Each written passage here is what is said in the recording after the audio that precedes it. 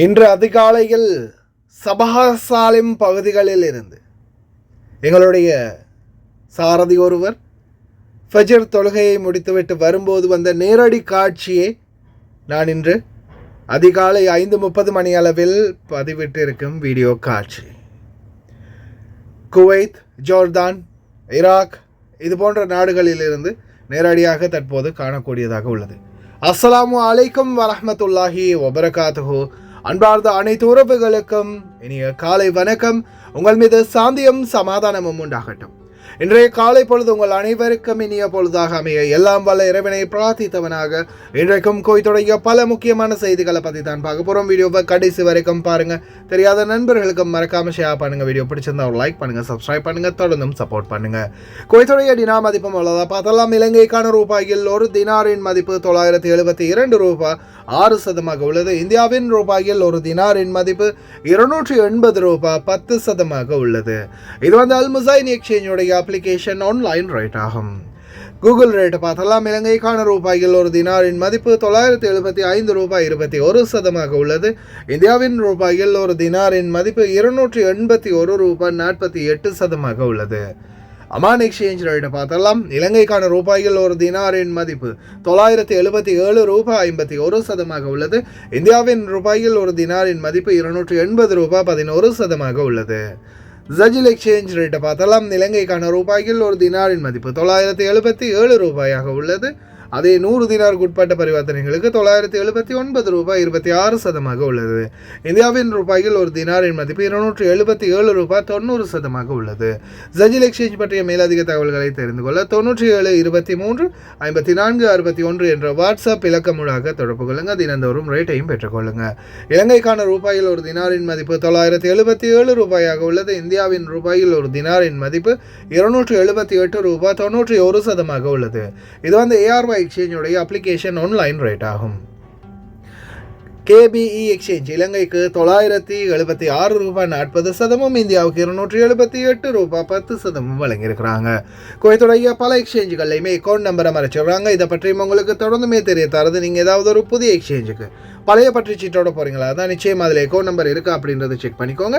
அப்படி இல்லாத பட்சத்தில் எழுதிட்டு போனாலும் பிழை இல்லாத அக்கௌண்ட் நம்பர் எழுதிட்டு போங்க. ஏதாவது ஒரு நம்பர் பிழைத்தாலும் கூட உங்களுடைய பணம் நாட்டுக்கு போய் சேராது. அந்த பணத்தை திரும்ப பெறணுமா இருந்தாலும் ரொம்ப நாட்களாகும். மறுபடியும் கட்டணம் செலுத்த வரும். எக்ஸ்சேஞ்சுகளில் பணம் அனுப்பி முடித்தது மறக்காம பட்டுச்சீட்டை செக் பண்ணி பாருங்க. எல்லா டீட்டெயில்ஸும் சரியா இருக்குதான். ஏன்னா சில நேரங்களில் நீங்கள் சரியான டீட்டெயில்ஸ் கொடுத்தாலும் எக்ஸ்சேஞ்சில் வேலை பார்க்குறவங்களும் பிளவுறதுக்கு வாய்ப்பு இருக்குது. அதனால மறக்காம செக் பண்ணிக்கோங்க. யுனைடெட் கல்ஃப் எக்ஸ்சேஞ்ச் கார்பரேஷன் இந்தியாவுக்கு பணம் அனுப்ப 750 ஃபில்ஸும் இலங்கை பணம் அனுப்ப ஒரு தினாரும் கட்டணம் அறவிடுறாங்க. அல்சாமில் எக்ஸ்சேஞ்ச் கார்பரேஷன் ஒரு தினார் மட்டுமே கட்டணம் அறவிடுறாங்க. UJ எக்ஸ்சேஞ்ச் கார்பரேஷன் ஒரு தினார் மட்டுமே கட்டணம் அறவிடுறாங்க. Kuwait Asian international exchange 750 fils மற்றும் ஒரு தினார் போன்ற கட்டணங்களும் அறவிடுறாங்க. குவைட்ல அல்நாதா, ARY, அமான் எக்ஸ்சேஞ்ச், UJ, அல்சாமில், Ansari exchange, Lulu exchange, Joyalukkas, KBE, UAE, Oman Exchange, Bahrain Exchange, BEC, Wall Street Exchange, Zajil Exchange, Malik Exchange, International Exchange, Al Shafa Exchange, சுலைமானி அல் முகஸ்ஸம் எக்ஸ்சேஞ்ச் இது போன்ற இன்னும் பல எக்ஸ்சேஞ்சுகள் இருக்குது. ஒவ்வொரு எக்ஸ்சேஞ்சுகள்லையும் ஒவ்வொரு விதமான கட்டணங்கள் இருக்குது. அதுலேயும் குறிப்பாக ARY எக்ஸ்சேஞ்சை பொறுத்த வரையில் வெறும் 900 ஃபீல்ஸ் மட்டுமே தான் கட்டணம் ஆரம்பிடுறாங்க. அதே போல் ஜஜில் எக்ஸ்சேஞ்ச், மலிக் எக்ஸ்சேஞ்ச், அல்சாமில், UJ, அல் ஷாஃபா, இன்டர்நேஷ்னல் எக்ஸ்சேஞ்ச் இது போன்ற எக்ஸ்சேஞ்சுகள் எல்லாம் ஒரு தினார் மட்டுமே தான் கட்டணமாக அறவிடுறாங்க. அதே போல் ஜஹராவில் சுலைமானி அல் முகஸ்ஸம் எக்ஸ்சேஞ்ச், இந்த எக்ஸ்சேஞ்ச் வந்து ஜஹராவில் ARY எக்ஸ்சேஞ்சுக்கு பக்கத்திலே இருக்குது. புதிய எக்ஸ்சேஞ்ச் தான். 750 ஃபில்ஸ் மட்டுமே தான் கட்டணமாக அறவிடுறாங்க. முடிந்த வரைக்கும் நீங்களும் உங்களுடைய கஷ்டப்பட்டு சம்பாதிக்கக்கூடிய பணத்தை நல்ல எக்ஸ்சேஞ்சுகள் மூலம் அனுப்புங்க. அதே போல் எங்கே அதிகமாக ரேட் கொடுக்குறாங்க அப்படின்றது தெரிந்தாலும் மறக்காமல் கமெண்டில் தெரியப்படுத்துங்க. தெரியாதவங்களும் தெரிந்து கொள்ளட்டும். குவைத்துடைய தங்க விலையை பார்த்தலாம். 1 கிராம் 18 கேரட் தங்கத்தின் விலை 25 தினார் 559 ஃபில்ஸ். 1 கிராம் 21 கேரட் தங்கத்தின் விலை 29 தினார் 818 ஃபில்ஸ். 1 கிராம் 22 கேரட் தங்கத்தின் விலை 31 தினார் 250 ஃபில்ஸ். 1 கிராம் 24 கேரட் தூய தங்கத்தின் விலை 34 தினார் 78 ஃபில்ஸ். குவைத்துடைய தங்க விலை தொடர்ந்தும் அதிகரித்த வண்ணமே இருக்குது. இந்த நாட்களில் தங்கம் விலை கொடுத்து வாங்க நினைக்கிறவங்க தாராளமாக வாங்கிக்கோங்க. ஏன்னா இது வரும் நாட்களில் என்ன ஆகும்னு சொல்ல தெரியலை. இதோ மாடியிலிருந்து குதித்த வெளிநாட்டவர், மருந்தை குடித்த வெளிநாட்டவர், ரேடியேஷன் லெவல் குவைத்தில் கதிர்வீச்சு நார்மல் என்று தகவல் வெளியாகியுள்ளது. பயத்தில் அழுது புலம்பும் பணிப்பெண், வீட்டில் மாமா பாபாக்கள் சொன்ன தகவல். பொருட்களை அதிகரித்து ஸ்டாக் பண்ணும் குவைத்து குடிமக்கள், பதற்ற நிலையின் உச்சம். ஜோர்டான், ஈஜிப்த், ஈராக், குவைத் வான்வெளிகளில் காட்சி தரும் ஈரானுடைய தாக்குதல். அதே போல் குவைத்தில் மிசைல் ஒன்று விழுந்ததாக ஒரு குவைத்து குடிமகன் போட்டிருந்த வீடியோ இனி வரும் நாட்களில் நேரடியாக கண்களால் காண முடியும். வானில் பறக்கும் மிசைல்கள். அன்பார்ந்த உறவுகளே, நான் உங்கள் சர்ஃபான் BA Vlog. இன்று நான் வந்திருப்பது லயன் எக்ஸ்பிரஸ் கார்கோவோடு இணைந்து முதலாவது பரிசாக 200 தினார், இரண்டாவது பரிசாக 150 தினார், மூன்றாவது பரிசாக 100 தினார் மற்றும் 10 பேருக்கு ஆறுதல் பரிசு சர்ப்ரைஸ். நீங்க செய்ய வேண்டியதெல்லாம் ஒன்றே ஒன்றுதான். லயன் எக்ஸ்பிரஸ் கார்கோவுடாக ஒரு கார்கோ நீங்க நாட்டுக்கு போடணும். அதே போல இந்த பரிசை வெல்றதுக்கான பாஸ்வேர்ட் என்னுடைய யூடியூப் சேனல் 3லையுமே அட்டாச் பண்ணியிருக்கிறேன். இதில் வரக்கூடிய லோகோவை பாருங்கள். இந்த தம்ப்நெயில் தான் போட்டிருக்கோம். மறக்காமல் என்னுடைய வீடியோவை பாருங்கள். வீடியோவில் ஒரு இடத்துல பாஸ்வேர்டை குறிப்பிட்டிருப்பேன். அதை நீங்கள் சொல்லி கார்கோ போடுங்க. லயன் எக்ஸ்பிரஸ் கார்கோ ஊடாக பணப்பரிசை அள்ளுங்க. கார்கோ பற்றிய மேலதிக தகவல் வீடியோட ஃபர்ஸ்ட் கமெண்டில் இருக்குது. எதிர்வரும் வெள்ளிக்கிழமை யார் இந்த வெற்றியாளர்கள் அப்படின்னு அறிவிக்கப்படும். அதற்கிடையில் முடிந்தவங்க வேகமாக கார்கோ போட்டுக்கோங்க லயன் எக்ஸ்பிரஸில். அதே போல் 51 டிகிரி செல்சியஸுக்கு மேலால் வெப்பம் அதிகரிச்சுக்கிட்டு வருது. தயவு செய்து ரொம்ப கவனமாக இருங்க. அதே மாதிரி ரேடியேஷன் லெவல் குவைத்தில் நார்மலான நிலைமையில் தான் இருக்குது அப்படின்றத கன்ஃபார்ம் பண்ணியிருக்கிறாங்க குவைத்துடைய நேஷ்னல் கார்ட்ஸ். குவைத்துடைய வான் வெளிகளில் மற்றும் காற்றுகளில் ரேடியேஷன் லெவல், அதாவது கதிர்வீச்சு தன்மை நார்மலான நிலைமையில் தான் இருக்குன்றதை உறுதிப்படுத்தியிருக்கிறாங்க. அதே போல் அமைச்சரவை விசேட கூட்டம் ஒன்று நேற்றைய தினம் ஏற்பாடு செய்திருக்கிறாங்க. குவைத்தின் தற்போதைய அவசர கால நிலை என்ன மாதிரியான சூழல், என்ன மாதிரியான செயல்பாடுகளை முன்னெடுக்குது அப்படின்றத பற்றி ஆராய்ஞ்சிக்கிட்டு வராங்க. இந்திய பிரதமர் நரேந்திர மோடி அவர்கள் சைப்ரஸ் நாட்டுக்கு ஒரு ராஜ்ய விஜயம் ஒன்றை மேற்கொண்டு இருக்கின்றார். இந்த தகவல் எதுக்காக சொல்கிறேன்னா, இப்போ இந்த அரபு நாடுகள்லேருந்து நம்மளுக்கு ஃப்ளைட்டில் போக முடியுமா போக முடியாதா அப்படின்ற பல கேள்விகள் இருக்குது. நீங்கள் இந்த வீடியோவை பார்த்தீங்கன்னாலே உங்களுடைய கேள்விக்கு நல்ல பதில் கிடைக்கும். இப்போ பாருங்கள், இந்திய பிரதமர் நரேந்திர மோடி போன ஃப்ளைட்டுடைய சிமுலேஷன் தான் இப்போ நீங்கள் பார்த்துக்கிட்டு இருக்கிறது. சாதாரணமாக இந்தியாவிலேருந்து டைரெக்டாகவே பாகிஸ்தான், ஈரான், ஈராக் இந்த வான்வெளி மூலம் நேரடியாகவே போயிருக்கலாம். இல்லை பாகிஸ்தானை தாண்டி மற்ற பக்கம் வந்து ஈரான் பக்கத்தால் போகிறதுக்கும் நிறைய வாய்ப்பு இருக்குது நேரடியாக. ஆனால் சுற்றி போகிறாங்க. ஏன், என்ன காரணம்? அந்த நேர்கோடு வான்வெளி இப்போ ஈரான் மத்தியில் இருக்கிறதால வான்வெளிகளில் இந்த விமான பயணங்களை போகக்கூடாது அப்படின்னு தடை செய்திருக்கிறதால சுற்றி வளைத்து போகக்கூடிய சூழல். அதாவது சாதாரணமாக 5 ஹவரில் நாம் முன்னாடி போயிருந்தால் இப்போ அது கிட்டத்தட்ட 7-8 ஹவராக வாய்ப்பு இருக்குது. இப்போ நீங்கள் நான் வேறையா தனியாக போட்டிருந்தேன் இந்த வீடியோ காட்சியை வந்து பார்த்திங்கன்னா அது வந்து குவைத்தில் இன்றைக்கு அதிகாலையில் ஃபஜர் தொழுகைக்கு போன நம்மளுடைய ஒரு சகோதரர் எடுத்த வீடியோ தான். அதே மாதிரி ஈஜிப்துடைய வான்வெளியிலையும் சரி, ஜோர்டானுடைய வான்வெளியிலையும் சரி இதே மாதிரியான நிலைமை தான்.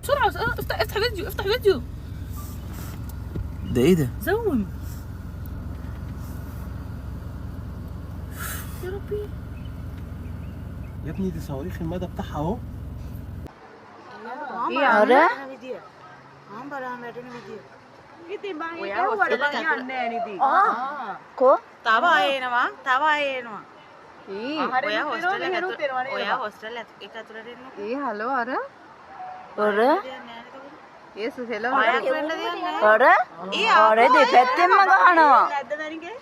නෑ නෑ දෙපැත්තෙන් ගහන්න බං ඔය කොහාටද ඔර පොඩ්ඩක් මෙහෙ බලහන් කොහෙ බලන්න එපා ඊ ආම් බලහන් ඊ ඒ ආහාරයෙන් එවන්නේ මේ දෙපැත්තෙන්ම ගහනවා බං දෙපැත්තෙන්ම ගහනවා මේ ஜோர்டான்ல இருந்து இந்த வீடியோ அனுப்பியிருந்தாங்க சகோதரிகள். கண் முன்னே அவங்களுடைய கண்ணுக்கு முன்னுக்கே பறக்குது வான்வெளியில், அவங்களுக்கு மேலே தலைக்கு மேலால். அதே மாதிரி குவைத்தில் ஏதோ ஒன்று விழுந்துருச்சு அப்படின்ற மாதிரி ஒருத்தர் வீடியோ போட்டிருந்தாரு. அதுவும் முற்றிலும் பொய்யானது. அது ஏதோ ஒரு வண்டி எரிஞ்சிக்கிட்டு இருந்து புகஞ்ச வீடியோ தான். அதே மாதிரி இதோ ஆசிய நாட்டவர் ஒருவர் அகமதி கவர்னரேட் பகுதிகளில் மாடியிலேருந்து கீழே குதித்து உயிரை விட்டிருக்கிறாரு. அவருடைய உடல் வந்து தடவியல் துறைக்கு மாற்றப்பட்டிருக்குது. அதே மாதிரி மருந்து குடிச்சு ஒருத்தர் வந்து தன்னுடைய உயிரை மாய்த்து கொள்ள முயற்சி பண்ணியிருக்கிறாங்க. உடனடியாக அதிகாரிகள் விரைந்து வந்து அவரை மருத்துவமனையில் அனுமதிச்சிருக்கிறாங்க. அதுக்கு பிறகு நாடு கடத்துறதுக்குரிய ஏற்பாடுகளை பண்ணியிருக்கிறாங்க. இதுக்கு பிறகு குவைத்துக்கே வர முடியாத மாதிரி பேன் பண்ணி அனுப்ப போகிறாங்க. தயவு செய்து ரொம்ப கவனம். இந்த மாதிரி தவறான முடிவுகளை மட்டும் எடுக்காதீங்க. எந்த ஒரு அரபு நாட்டுக்குமே வர முடியாத மாதிரி செஞ்சு விட்டுருவாங்க. அப்புறம் அதே போல் நேற்றைய தினம் எனக்கு குறைஞ்சது ஒரு 600 மெசேஜ் வந்துருந்துச்சு.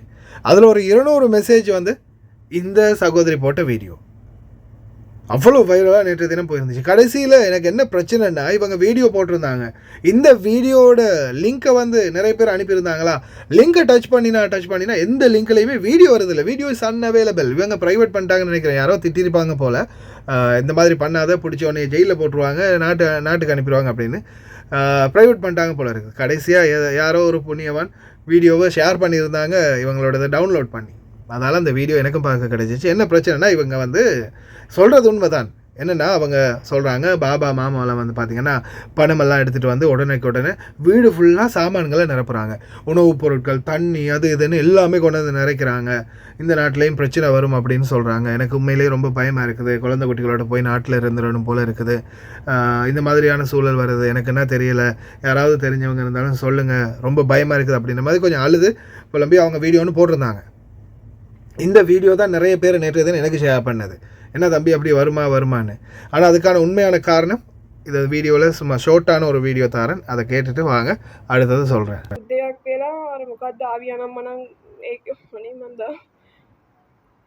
වෙලා අරාබි වලින් පටන් අරගෙන ලංකාවත් එක අවුරුදු මං හිතන්නේ 2000 මට මතක නැහැ හරියටම තව අවුරුදු 4කින් 5කින් වගේ ලංකාවට බලපානවලු. මේ මං හිතන්නේ මේක තමයි වෙන්නේ. මේක ඇත්ත වෙනවා සත්‍යකින් ඇත්තටම මාර දුකයි. දැන් අපි කොච්චර හින තියාගෙන ජීවත් වෙන්නේ. මං දැන් කියපු දේවල් ඇත්ත වෙලා මේ ඇස් වලින් දකිනකොටම මිනිස්සු කොහොමද ඉන්නේ? பரிசமே பாங்கமோ சிராடு மாறதுக்கு. ஏன்னா இதோடைய உண்மைத்தன்மையை சார்மட் நியூஸ்லேயே வந்து வெளியிட்டிருக்கிறாங்க. நிறைய ஜமியாக்களை போய் அவங்களும் பேட்டி எடுத்துருக்குறாங்க. அவ்வளோ பேரும் தண்ணியிலேருந்து பொருட்கள்லேருந்து எல்லாமே குவிச்சிக்கிட்டு இருக்கிறாங்க. வீடு ஃபுல்லாக நிறைச்சிக்கிட்டு இருக்கிறாங்க. அதுக்கான காரணம் என்னென்னு பார்த்தீங்கன்னா, இந்த பயந்த சூழல் தான். இது வரும் நாட்களில் என்ன நடக்குமோ அப்படின்ற ஒரு பயம்தான். ஆனால் இன்ஷா அல்லாஹ் நம்மளால் என்ன சொல்ல முடியும்? எல்லாமே இறைவனுடைய நாட்டம் தான். எது நடந்தாலும் அதை எதிர்கொள்ள தயாராகும். பிரார்த்தனை பண்ணிக்கோங்க. இதோ உண்மையான தகவல் என்ன, இதையும் பாருங்க. كرتون ما يبعت. انا اليوم بايع 500 كرتون. 500 كرتون. 500 كرتون. انا كنفسي واحد 500 كرتون. اليوم بسأل وين الماي؟ اليوم الماي خلص. كم مجموع كراتين الماي اللي بتاخذين؟ 15. كم كرتون ماي؟ 10 كرتون. كم كرتون ماي؟ 40 كرتون. كم؟ 40. ليش؟ عشان بابا يقول لي ب 40 كرتون. 40 كرتون؟ كم ناوي؟ والله عادي مصينا العالم على ما نشيلهم يعني. حمولة سيارة كاملة. حمولة سيارة؟ نعم. أكثر شخص جاء أخذها منك عدد ماي كم؟ قال خلي السيارة فوق. قال 100 كرتون تقريبا. 100 كرتون؟ 100 كرتون. شنو تاجر هذا شنو؟ ايش حقه عاد؟ ان شاء الله يطلع مطروح. يقول شفتوا واحد يوزع ماي بالشارع ظاهر هذا واللي تبتلش فيه. قاعد ياخذ الماي عشان خايفين يصير شيء. ما راح يصير الا العافيه. احنا في الكويت امن وامان. امن وامان وماي واجد، واذا عاد عطشت عندك البحر. ارتاحوا واطمئنوا ان شاء الله الامور طيبه، والمخزون الاستراتيجي مطمئن، ومثل ما تشوفون الجمعيات شغاله بالامر الطبيعي. مراكز التموين تشتغل بكمياتها الطبيعيه لله الحمد. المخزون مثل ما طلع بيان في وزاره التجاره يطمئن المواطنين ان المخزون الاستراتيجي مستقر وطبيعي ومطمئن الحمد لله.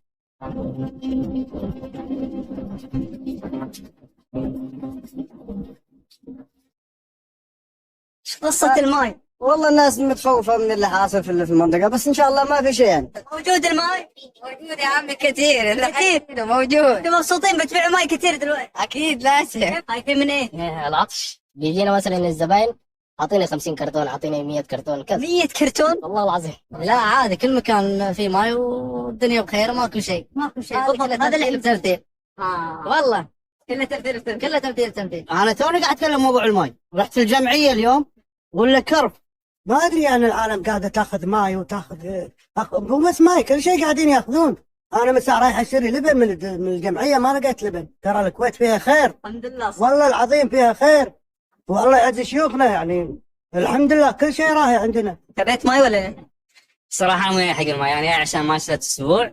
وطبعا يعني أول شيء الله يعني يحفظنا ويحفظ بلاد المسلمين كلنا، وأنا أثق صراحة بحكومتنا سواء بإمداداتنا الحيوية ولا مو جاي يشتري ماي كلش. تطمنوا يا أهل الكويت، الماي واجد والمحلات متروسة والخير واجد، وديرتنا ديرة أمن وأمان، وما في إلا الخير والزين. الأمور طيبة، مراكز التموين تشتغل بشغلها بوضعها الطبيعي الحمد لله. في المخزون استراتيجي ممتاز. الأسواق تعمل بشكل طبيعي ولله الحمد. المواد الغذائية الأساسية موجودة ومتوفرة باحتياجات المواطنين والمقيمين.